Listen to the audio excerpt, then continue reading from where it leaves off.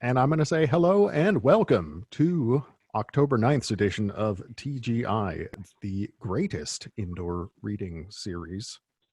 I guess that would be TGRI. Anyways, no. No. All right. That was a weird intro. Hello, my name is Rich Cresswell. For those of you who don't know me, I'm a man who lives in Queens, New York, and does audio things. I have become increasingly confused about my job role. So I am just going to say that I do a lot of audio stuff. And this show began back in March as a way to foster and engender some sort of community during a time when everyone was forced into social distancing and quarantine. Since then, we've had a show almost every Friday. We, I think, missed 1 week and, still just going strong and having as many people on as we can. So tonight, the reason I kind of say that is that tonight we actually have a group of writers who are in a bit of a similar situation in that they too sought out community during this time of pandemic and distance and isolation. The writers tonight will be, actually, I will introduce them by name, and then they have given me something to read by way of introduction. We have Danilo Machado, Lisa Freedman, Maggie Wrigley, Juan Mobili, and Pam Brown, and they refer to themselves as the Treehouse Collective. The Treehouse Collective gave me the following to read, and then I will hand it off to them, and unlike most weeks, you will not hear from me until the end of the show, at which point I will try to respond, but I definitely won't remember enough to give very specific feedback, which is fine. All right. In these times that seem to be running out of time, the treehouse gathers to create on top of a tree, right smack in the middle of the world.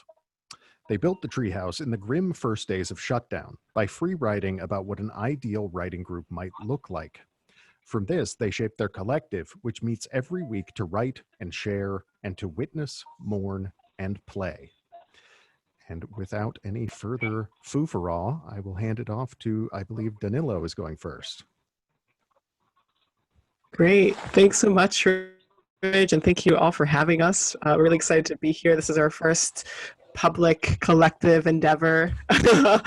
And as a further introduction, I'm going to be reading a collective poem. So usually when we meet, we write individually. But for this special occasion, we combined our forces into a poem called Treehouse Vines Are Cables Now. Treehouse vines are cables now. Ethernet empaths built shelter in place. We came together, spread across all terrain. We move gently above tectonic shifts, swimming, longing, blue greens. Can you have greens? Vision, sky, together, leaderless, rally, us, only. No poets, no poems, only poems, potent, full strength, aspens, birches, lichens, spider, snake still bites. Spike in minds, attractions to words, how wide an arc. Part bird, part orphan leaf, memories of families and other outlaws. Breathe house, comet city too bright, and all the sorrow and closings and masks come to this place on Sundays. Realize we have made seem thing.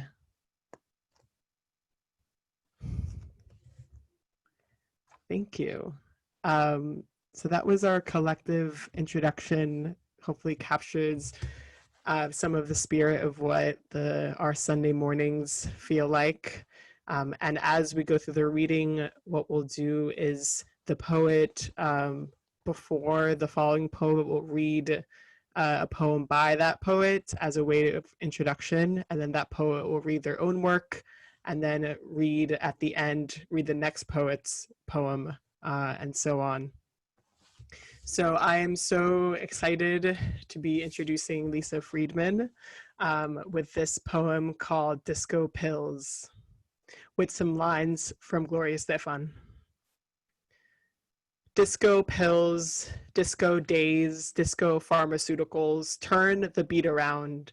Pill balls, disco boxes, open, shut, round and round. Bayer refused to test blood plasma for HIV. Tommy with hemophilia. Percussion, turn the disc around. Side B, trash talk, trash, turn the upside, downside, up. What rains out of pockets? Toxics, antibiotics, the investors, animated dry cleaning. I heard them in the Wall Street bar. Don't you feel starched and scratchy? Turn the beat, beat, beat. One guy told the other guy, we'll be fucked if they find a cure for AIDS. Cue strobe. Cue the nitty gritty. Turn the heteronormativity downside up. Cue Amy Coney Barrett. Right to life. Cue zygotes. Right to exorbitant earnings over everybody's access to care, to caring. Cue BLM. Cue stem cell progress. Cue care. Cue caring. Cue the rat tat tat tat tat tat. Cue the drum. Turn it upside up. Lisa.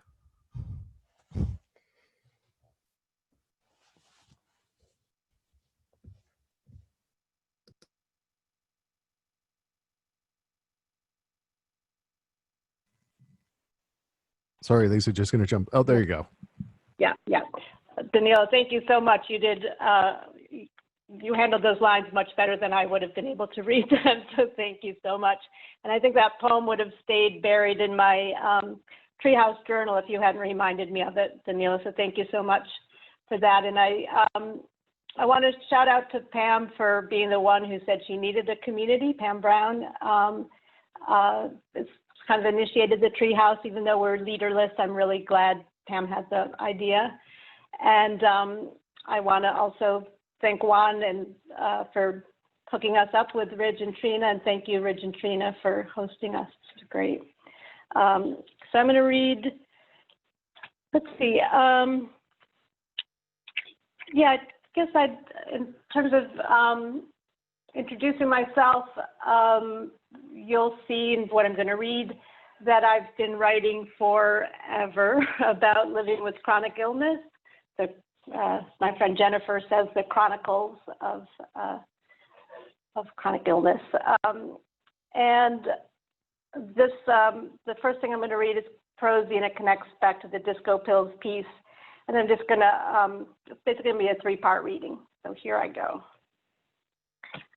And I want to, before I don't want to forget, I want to say that my main project these days is Breathe, Read, Write, and I'm going to put a link in the chat. And it's a really nice small place for poets and writers to just meditate a little bit and encounter a poem and free write. And I can't, it's another way of having community. It's very intimate in these COVID times. So I'll put the link in later on. So thank you. Okay, part one. If I accidentally broke the 2 bottles of Humalog insulin in my fridge and could not replace them or access a substitute, I would die.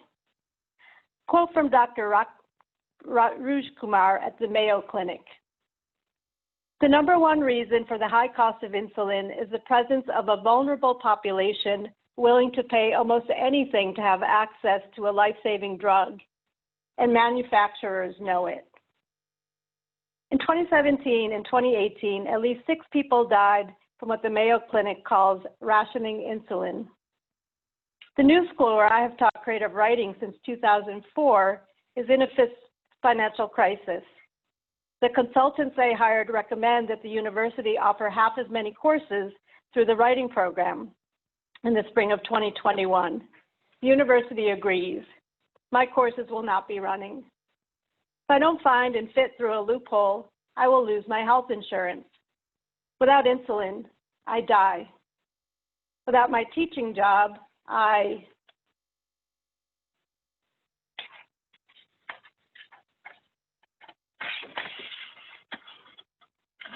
Part 2. Being an adjunct contingent part-time instructor means working at an hourly minimum wage.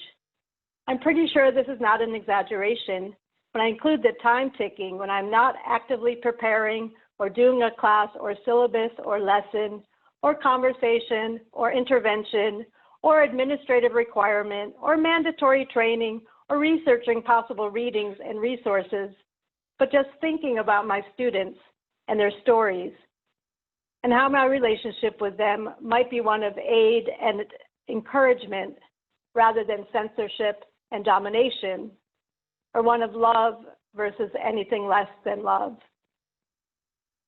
Without this job, the chaos yawns.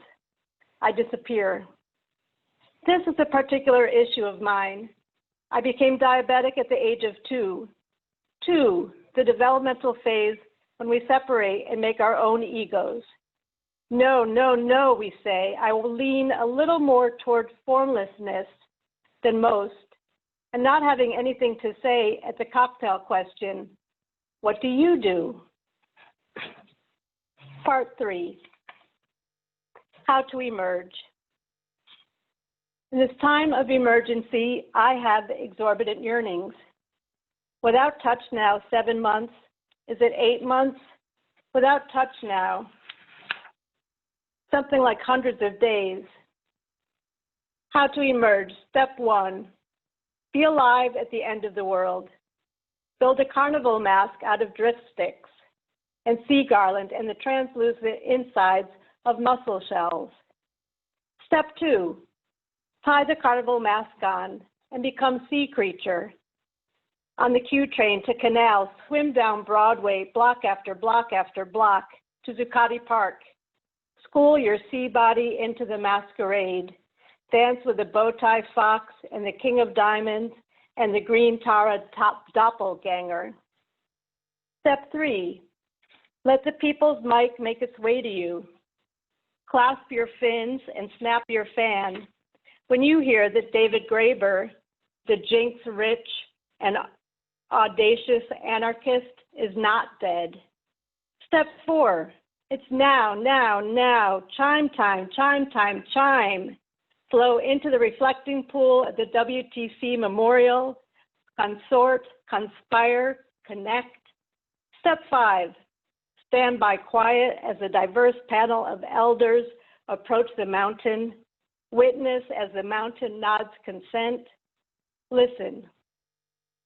Step 6, find your place at the campfire with your students, exes, iguanas, samoyeds.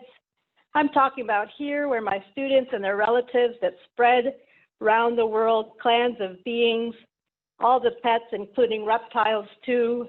Here where all of my friends and all of their mates and all of their combined exes and colleagues, mood rings, vinyl albums, maracas, come round the campfire. The storyteller and her ailing husband, the violinist and their music stand, flecks of rosin sparkling. More fires farther up the hill. The breeze moves the smoke in agreeable directions. The bioregenerative latrines smell like earth. Hallelujah is sung. Your groovy campfire is a little star in galaxies of peoples, restoring forests, yearning voraciously, speaking tongues, reaching to not leave anyone out. Thunkety drum, a people's council amoebas imperceptibly into a mandala that's not been seen, a labyrinth by which some beings, some props will be engulfed, be composted in the next phase.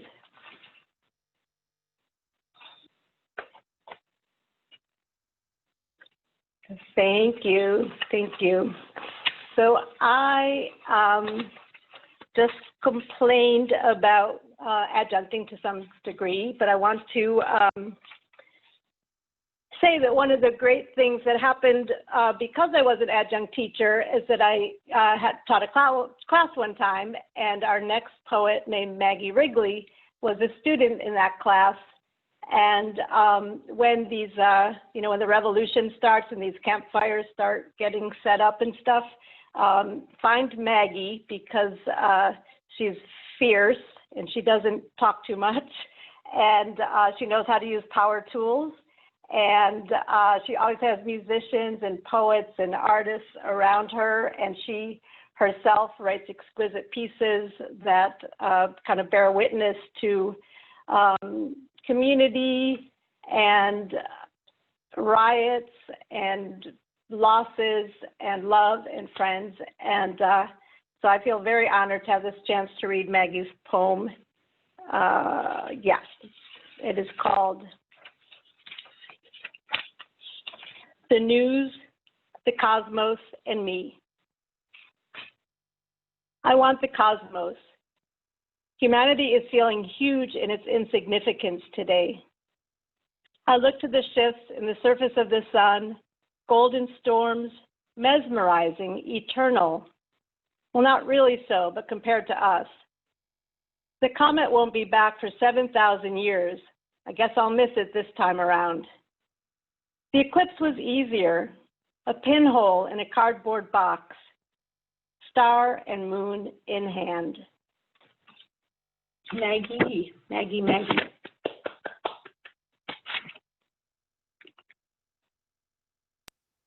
Thank you, Lisa.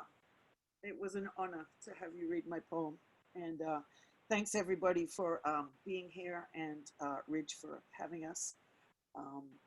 It's a wonderful bunch. What can I say? They're inspiring and they're good company, even if we are all grumpy on a Sunday morning or trying to get there. Let's see. I wrote a little bio. I'll start with that and then read a couple of pieces. This was, it's just a little bio. I am salty water. I am trash as treasure. Radical in a pile of rubble. Pieces of buildings follow me home. Squatter, writer, bitch at the door. Lower East Sider, Lower Sider. Music in the mortar of old red brick. Words, photos, ink, debris, artifacts, best of memory. Anarchist, communist, hippie, punk. I believe in building a better world. I believe in the power of the people.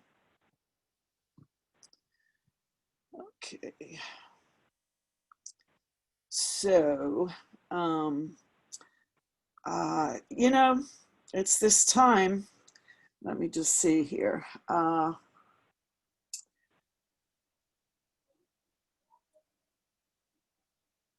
These are poems of hopeful during the demonstrations, and this one is called Masked. I ride, holler, follow the riot in the streets. In City Hall Park, the press of bodies splayed across grass and asphalt defies the stiff posture of uniforms. I cheer the work, couched in glamorous disregard for comfort, the authority the politicians abdicated. A hive, food, water, medical supplies, music, shelter, protection, inside, outside, sprawled across the city land, insolent joy. They claim the hill, they raise the ground up.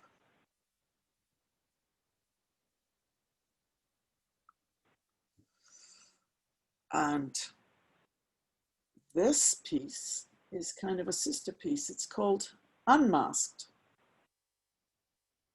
Shields shatter, armor falls away, batons melt, guns grow wings and feathers, uniforms fray, unbutton, helmets split open, reveal brains, hearts, the same blood red as the youth, as history sunk deep in the ground.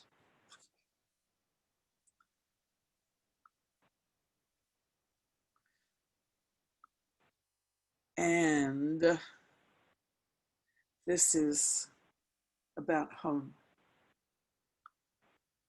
It's called Loving Middle Finger. And all we have is what we have here, but it's huge. It's you and me and the bricks of this old building. It's the parts I left here, my knees, my lungs, the broken tooth when the drill kicked back, my blood when a stray nail caught me, your blood when the baton caught you. It's the plants in the old people's garden grown out of the rubble, the burned wrecks of cars and homes and hurt. The willow tree, 40 feet high and waving, grown from a branch that we sprouted in a bucket when they tore that ancient beauty down. It's the salsa and merengue and hip hop in the streets, the waft of the barbecues down by the river, the music, the accents, the new Eureka, new Bengali, New York voices finding a way to talk, to gesture and wave their loving middle finger. It's the shopkeeper sneaking tea in your bag, the cat on the cash register, Dominican stew in the legend of slugs, jazz oozing from the mortar of the red brick walls as 3rd Street hums Mingus and Sun Ra, John Farris and Steve Cannon and Bimbo in the mirrors, and now Matthew walks through them, talks to them, plays cosmic blues for them, piano sutras for us all.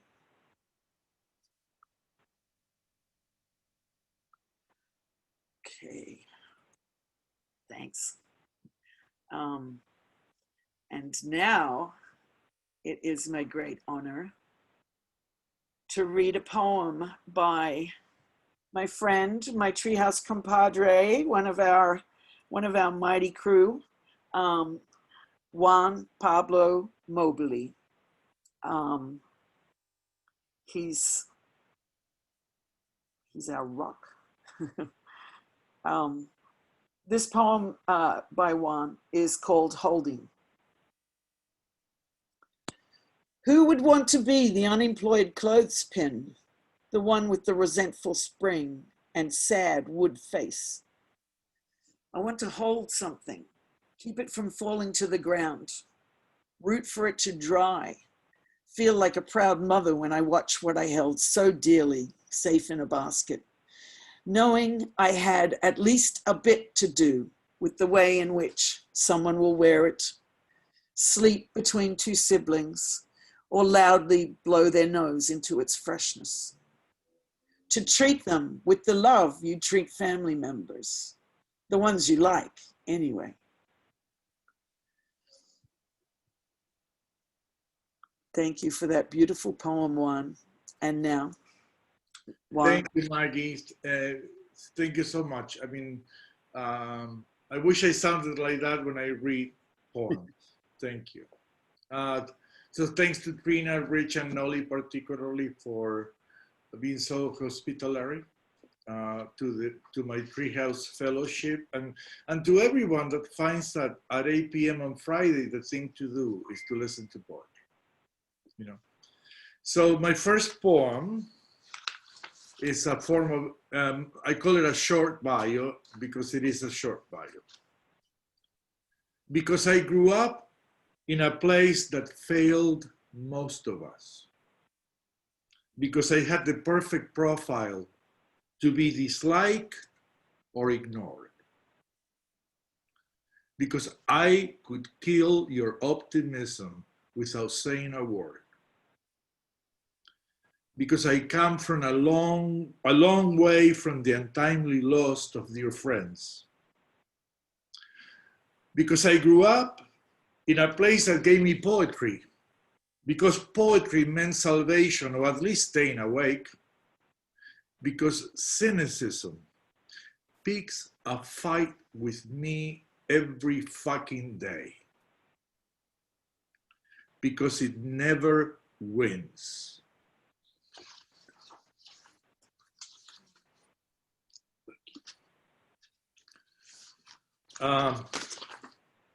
The next poem is a poem that I was, lucky enough to have nominated for the Best of the Net anthology, and certainly speaks about my, where I come from.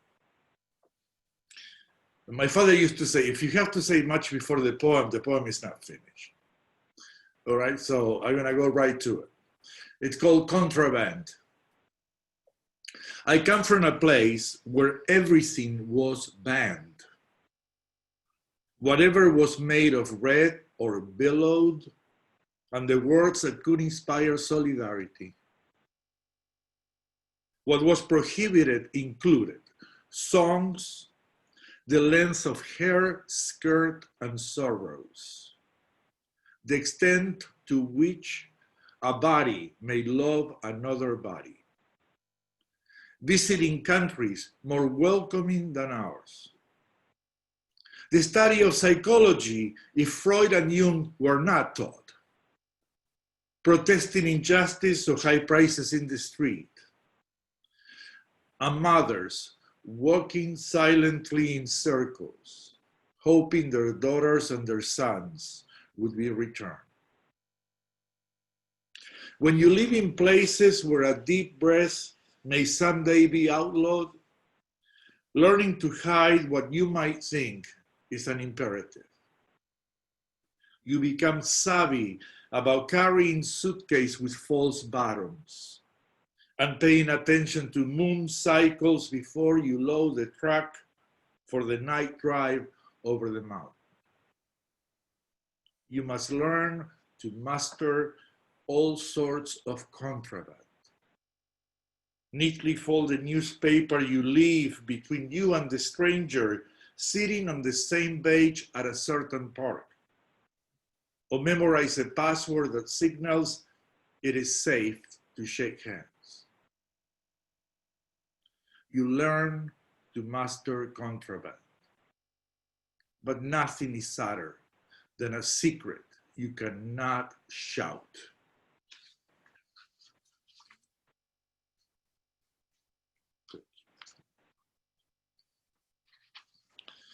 And thank you very much. And now I was given the unique pleasure of introducing Pam Brown. I'm a big fan of Pam Brown. If she had a fan club, I would probably be in the executive committee as well.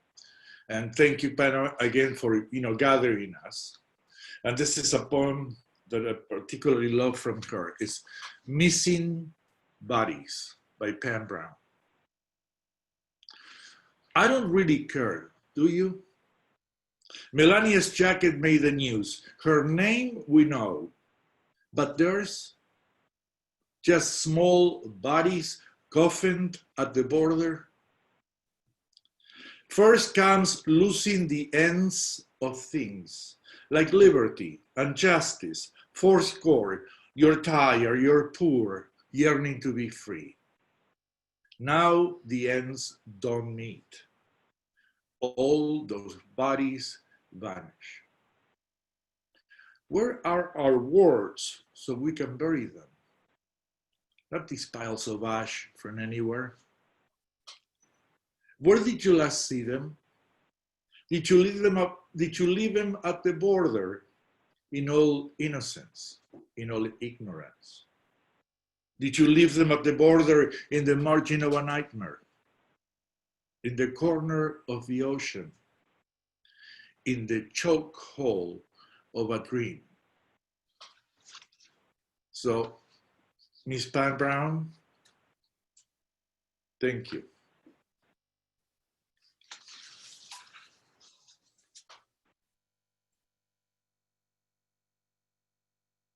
Sorry. I'm unmuting, now I'm muting, unmute. Mute. I don't know why I lost my camera. Start. Sorry, I did the wrong thing. I was so touched. Thank you, Juan. That's a poet's dream to hear her words done so. It really went to my heart. Thank you. I wanted to just say that all the poems I'm going to read tonight, and I made myself a script to make sure I was right about our process. We talked about this a lot. I wanted to start with one short little thing that is sort of a non-bio everything. Where I find it very hard to write one. So this is called Just a Tad. Just a tad too straight to be LGBTQIA, too she to be they, too fat for beauty, too old for precocious, too sane for genius, too shy for a diva, too tall for a dwarf, too ham for Hamlet, to be or not to be. And that's a little me. Now I'll go to my first poem, She Makes Me Think of Cake. And this was a free write done with Lisa Freedman's Breathe, Read, Write. And then it turned into a poem. It started out as a free write. She makes me think of cake, or rather the smell of cake. Little French cakes with spices and nicely cut flowers of fruit. She comes in sapphire or the manes of lions. She eats up language and spits out bon mot.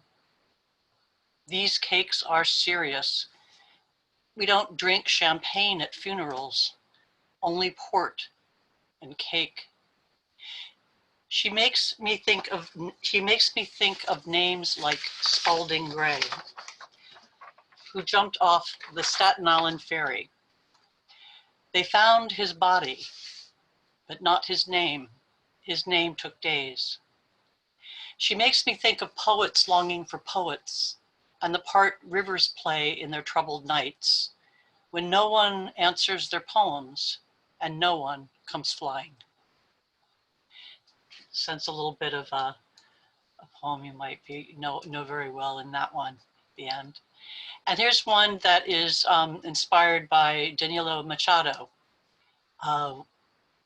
who's comes all the time with wonderful prompts and wonderful ways of writing new poems in Treehouse. And this is an erasure of my grandfather's naturalization certificate. And it's called number 2307, Declaration of Intention Erased. Invalid for all purposes, I, Francesco Spadafora, complexion dark, race white, eyes brown, hair brown, born Belsito, vessel Asia, bona fide, renounce forever Victor Emmanuel III, King of Italy. I am not an anarchist. I am not a polygamist. My intention, in good faith, so help me God. And that's what my grandfather had to sign.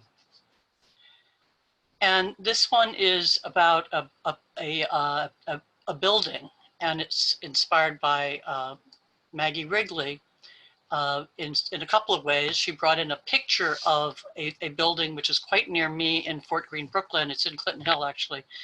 And it is a building that was created by an artist, building up from a building, a shorter building, and building up this incredible structure with lots of stairs and strange leaning towers and all kinds of wonderful shapes. And it existed for many years, and it was finally a developer bought it and tore it down. It was and it was a huge scandal. I wasn't aware of the story until Maggie told me. So this is called, and the name of the building, which I learned from my dear friend Roger Hale, was also, he told me about this building, but I learned from Maggie the name Broken Angel. Broken Angel. Maggie says your history. She hurt my heart as poets of the city must, the good ones. She made me remember sunlight refracting. I am in you, I see you. I need you to exist. Weeks go by, seasons, there you stand. Aloof, faceted, brave. Up high, catching eyes, tilting minds. Hands made you lovingly like they make thoughts or children sometimes. You are not a box, not a prison, not a school, not a styrofoam reality. Your angles, triangles, and harlequin limbs attract zany bats who fly in to nestle there, where down some dim, tilting corridor, reached only by ladders, Roger waits with aching hips, calling you. Broken Angel. He knows an artist who knows the artist who knows the artist whose name is Arthur Wood, who named you. And I hereby dub you Sir Arthur Wood and did. I hereby hail you, kind Roger, the temporarily lame, and I honor you, Maggie, not Maggie the cartilage, or Maggie the ligament, but Maggie the memorious. Maggie the memorious, the seeker of the stray. Okay, so that's my Maggie. Maggie, thank you. And finally, here's a writing that I did in another prompt that actually Maggie brought, of an artist who makes these fantastic suits and dances in them. And I don't want to get his name wrong. I'll ask Maggie later. It's Nick. Anyway, the name of this piece is The Green Suit, and it's from my brother Ethan, who lives in Seattle. At his door, he finds a large box from New York with no message or note. He opens it with trepidation. Inside, he finds a mass of moss and ferns, breathing like a green animal, with fern tendrils coiling and uncoiling instead of fur. It makes him laugh at first and say, "What the fuck, Pam?" Curiouser and curiouser, he pulls some out. It feels cool and springy as lichen, with the give of a pine and moss-covered cliff in Maine. Twigs and small branches poke out trembling as hands of ferns wave in the air. He grabs a knife and stabs it to see if it reacts, if he can hurt it, but no dice. The suit accepts the knife, which sinks in a little ways, but something inside gently pushes out his blade. As he grows more excited, he seems more calm. If this is a joke, it's a strange one. Now he heaves it all the way out and brings it to the window. In the light, he sees it might be something to wear, yes, a head cover and full cape encircling the entire body. He sniffs it and gets resin, loam, seaweed, and a sting of sea air mingled with the faint spices, a taste of pepper pods, and is it? Yes, cardamom. Finally, he pulls it over his head. It settles into place. Once inside, he feels his head clear and his teeth stop hurting. The relief is exquisite. He raises his arms and sees his hands are green paws of moss with shells for claws. He opens the window all the way and stands there for some time looking out over Puget Sound. His body thrums with fern roots that entwine him with hands of loving kindness. He smiles because they do not touch his scars, sensing danger. Then he hears the delicate music of fronds like tiny wine glasses ringing, a fleet of sound belling in the harbors of his spirit. His ship incredibly well docked in his green suit, his masts and rigging swaying in the cool light of dawn.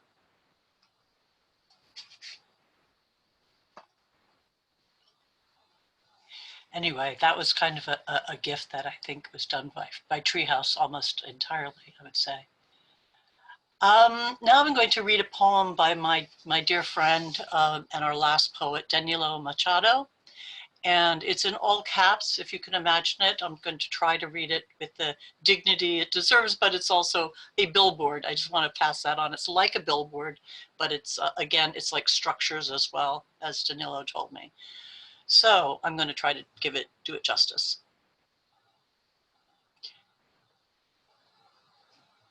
Uh-oh, do I have missed the title? Sorry, Danilo. This is not an ad, not for poetry, not for nothing. This is no gentrifying space, taking air, taking space. This is a poem about language, not yours, not mine. See it from the above ground train when it slows between cloudy windows and unlocals on the local. See, English aligns itself with power unevenly. English is badly managed, it's reckless, wrecked. English has caused enough problems. Let's cause some for English. All flippant, backflips and bend and break and shuffle and redistribute wide, unpolice. No military, even in metaphors. No poems but bodies. Not poets but actions. No acts but of care. make many hard commitments to softness still. So I'm going to turn it over to Danilo and say, wonderful, thank you. I hope I did okay, Danilo. It And was great. okay, good, thanks, good. Thank you so much. Definitely justice, and thank you again for bringing us together all those months ago, and yeah, for all of your poetry and teachings and writings for all the years that we've known each other. This first poem. So I'm going to read 3 short poems, all written on and started during our Sunday meetings. The first is called Return Stunning, and it's an erasure of an article in The Atlantic by Marina Corin titled A Mission to the Sun Left Just in Time. Return Stunning. There are 2 stars. One hangs in the sky, the other on screen swirls. Bask. Recent launch captured 200 hot plasma portraits, closest images taken ever, sent back glowing. Sunlit stars flicker, storm clouds gold render, closer, look. Sparks nestle, pinprick flares, explosion energy, tingling magnetic fields, milky white corona, far hotter than 2 million degrees, flurry, scorching, heat or energy, pin pass planets, moon edges, stay at home space agency, operators only 2, always in face masks.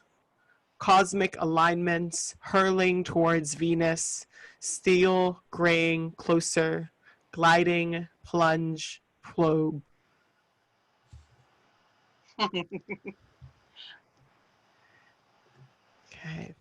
thank you. And this next poem is inspired by a photograph by one Juan Mobili, who you may know. It's called Forgotten Carts Sunday Morning. Rolled on crooked pavement lot bumps, carts singular in couplets, in congregations, ignoring white delineations in purpose and in form, to empty of groceries or otherwise, to forget in accumulation, branded, plastic, insignificant, reliance of care by others. The scenes made storefronts fade with their names, shrug, so-called town square as if a place of democracy or protest. What unkept shrubs, what easy trees, what spirits, what cleaners, what sales.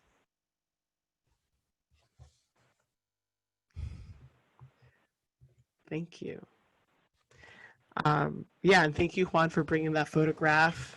Thank you for all the prompts in the last few months, which inspired all of these poems. And again, thank you, Lisa, for trusting me with your words at the beginning. I love that poem so much. And in that spirit, this poem is called The Pores on My Arm Open and Open and Open. And the title is a line from another one of my mentor friends, co-poets, Jan Henry Gray, whose book Documents I highly recommend. And that week, Juan brought us a prompt about lineages, and I think a lot about sort of living lineages as well, lineages of poets and of activists, and particularly of queer poets and poets of color who I am in community and always in conversation with. And all of these spaces help us remind us of those lineages, and how we're also a part of others' lineages as well, and how important those legacies are, especially when they're active, especially when they're living and breathing and playing in a treehouse. This is The Pores on My Arm, open and open and open. To you and you and us, before, during, after, with, lines collectively read, ingrained, read, made, diasporic, euphoric, legacies, lineage, line, age, pans with butter and flour, all purpose, shake, breadcrumbs, scatter, trace, held and seen and taught and teaching and joint separate supermarkets and spines and bus routes in and to and through untrue America. America, Brooklyn rooms, space making, cosmic, vibrating, possibility, unsquint, no voice but chorus, tender listen, uncommitted English. We're speaking to ourselves again. Volumes, folded, white, creased in our jacket pockets. Thank you all so much. Thank you to my co-treehousers, and thank you all for being here and having us together to share space. It's been so special.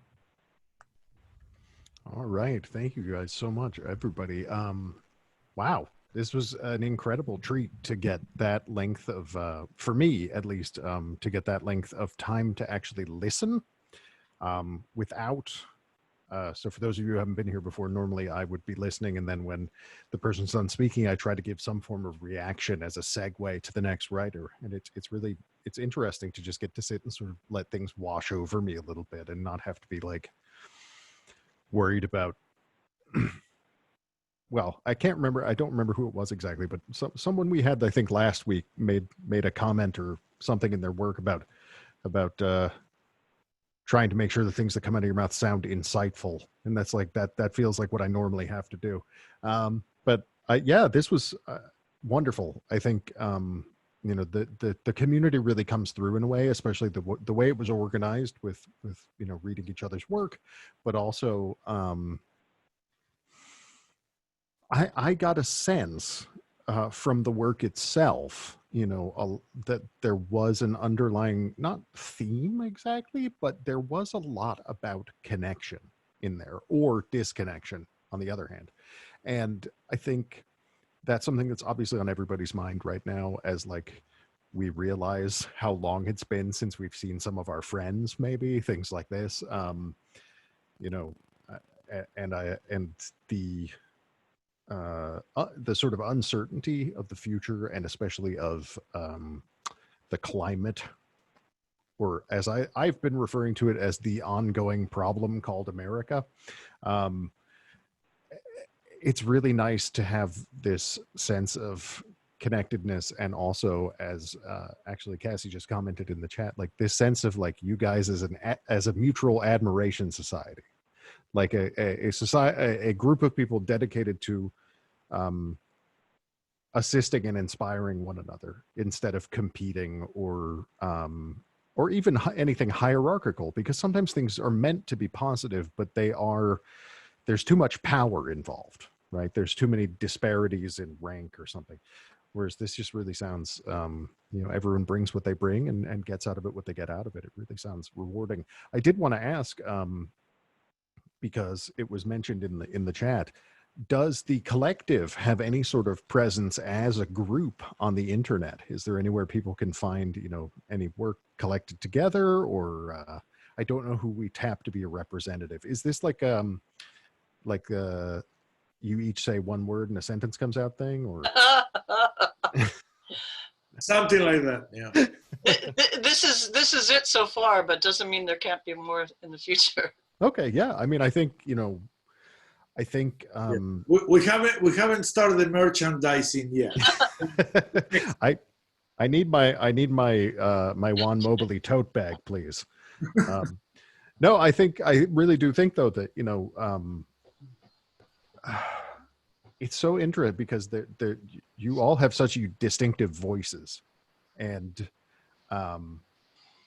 I think to have that as a presentation really gives everyone a taste of kind of everything. There were some things that were very prose-ish or free, and there were some things that were very, like Danilo, a few of yours were very sound-oriented, like very focused in on the actual sound of the words as well. So I thought something to think about. Obviously, it is a free world, but there's an audience for it apparently. So, so yeah, I guess has there been any discussion amongst you, and anyone can reply as you like. Has there been any discussion amongst you of what? Imagine a world in which we can imagine an end to this social distancing and pandemic. What is the future of the treehouse? Will there be a literal treehouse at any point? Maggie knows how to use power tools. Absolutely. Yep, Maggie can do it. Yeah, she could definitely do Maggie it. seems like she could probably handle that one. We would need a tree, I guess, first. That's the only Well, issue. She lives on the Lower East sure. Side. Yeah. It- Oh, Maggie, I believe you're muted. Sorry. Is it controlled, Maggie? There she goes. I said, oh, we've got trees. Yeah. that's Okay. right. On back of your house, right? All right. Well, I mean, it's obviously hard to plan. No one knows what lies ahead. But I think there will be. Certainly for us, this is not something we would be doing if it hadn't been for the pandemic, and for really, I have to give it up to Trina, who's been hiding behind my head this whole time. Her drive to form some form of community and get a group together, and this is something that now, having done it for 7 months or so, like I can't really imagine not doing, even if we do get to a point where things I don't personally believe things will ever go back to normal. I think January 2020 was a different world, and now we live in this world. Hopefully it'll get easier. Anyway, I think you guys, just basically all I'm saying is this level of working together and this level of interaction and dedication to do this every Sunday morning certainly seems to have generated some really stellar work, and I think it seems from hearing you talk about each other, it's generated some really deep connections and relationships as well. So I'm hopeful that all of these things will keep going and that we can take the good things that we find during this pandemic out into the rest of our lives. So with that, I don't really have anything else. Is that there anything the Treehouse would like to state for the record or anything before before we stop recording? The We record. obviously. I don't know. I think I don't have something I want to state for the record, but I just wanted to say that I think a part of every Sunday we've met, we have done some meditation, which Lisa has led. And I was like, anti-meditation that a long part of my life, but actually I only meditate with Lisa, so I'm not like a meditator. It's only for writing purposes and when we get together. But anyway, it's been a great thing to at least have that clearing time and then pre-writing or prompt and pre-writing. But I find it to be an important part of calming down, which I'm not really good at. And I wanted to say something. You talk about detected the deep connection and so on. For me, what is interesting, I mean, I'll confess, I'm not, like the ultimate joiner. That's why I said about the cynicism is always a daily fight. And I remember when Pamela called us, she talked about what is your utopia, and I says, I'll settle for a decent reality. I don't even know if it's a utopia. But this is the thing that happened is a friendship was created, but the poetry created. In a sense, it's almost like friendship is you finally have your language, really engage with somebody else's language, And language always have babies when you are willing to, to come together. And I don't want to speak for everybody, but I think our poetry has become, if not better, more authentic together. There's something about that. So for me, that's the kind of community I'm interested in, right? Yeah.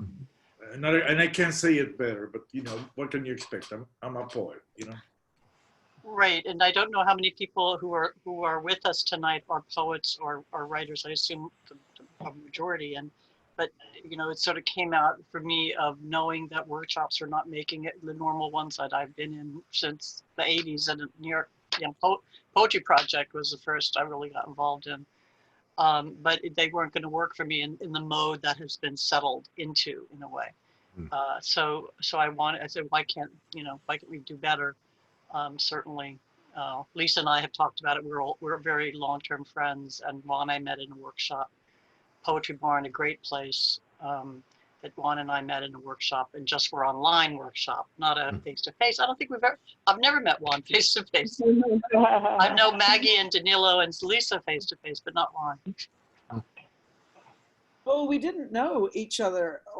We didn't all know each other. That's right. And we also take turns leading the group. Like everybody takes a turn leading the group. So you bring, whatever you dream up, or, so there's always a lot of ideas and creativity bouncing around that, manifests itself through, everybody's like brains and senses and smarts and beauty, so it's a really organic and democratic and amazing kind of toss every Sunday. It's always, I always complain that Sunday morning, and I drag myself to the computer and I think about maybe not go, and then it's always like something really special.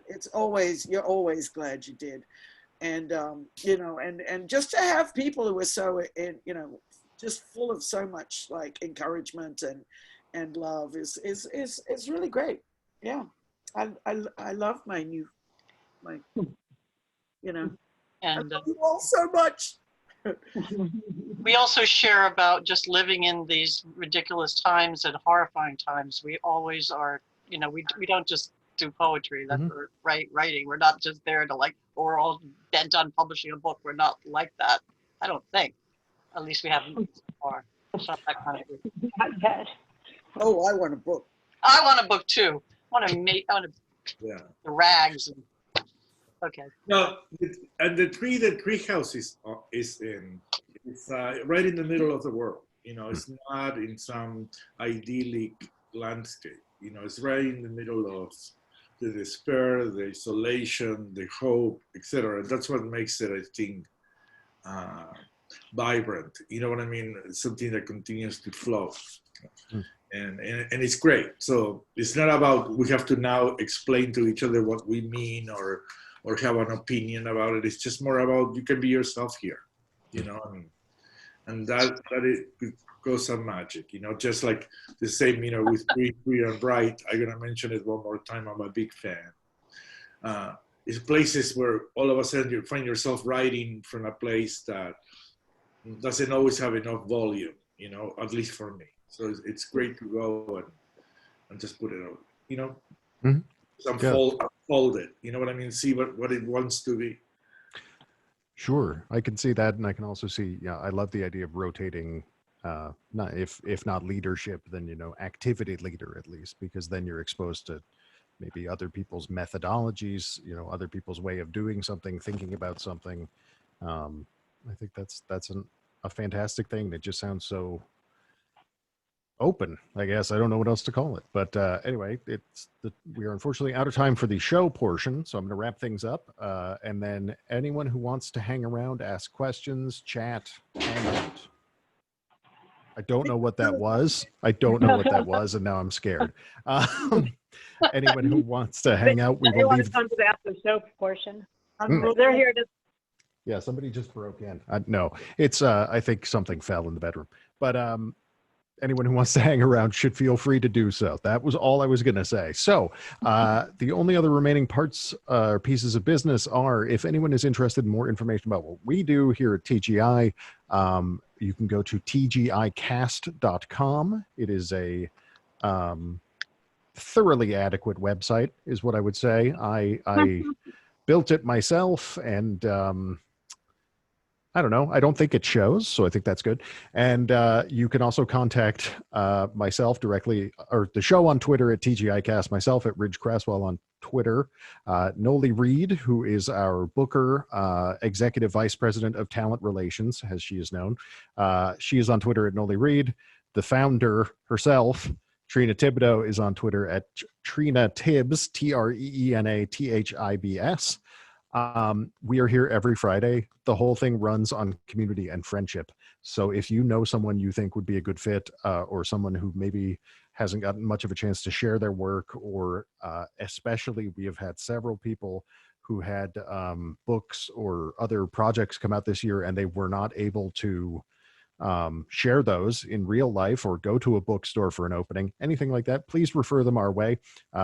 We're, scheduling might be a little bit out right now, but we are always happy just to have more people aboard. In fact, Juan came, read on the show some months ago, then he came on the podcast.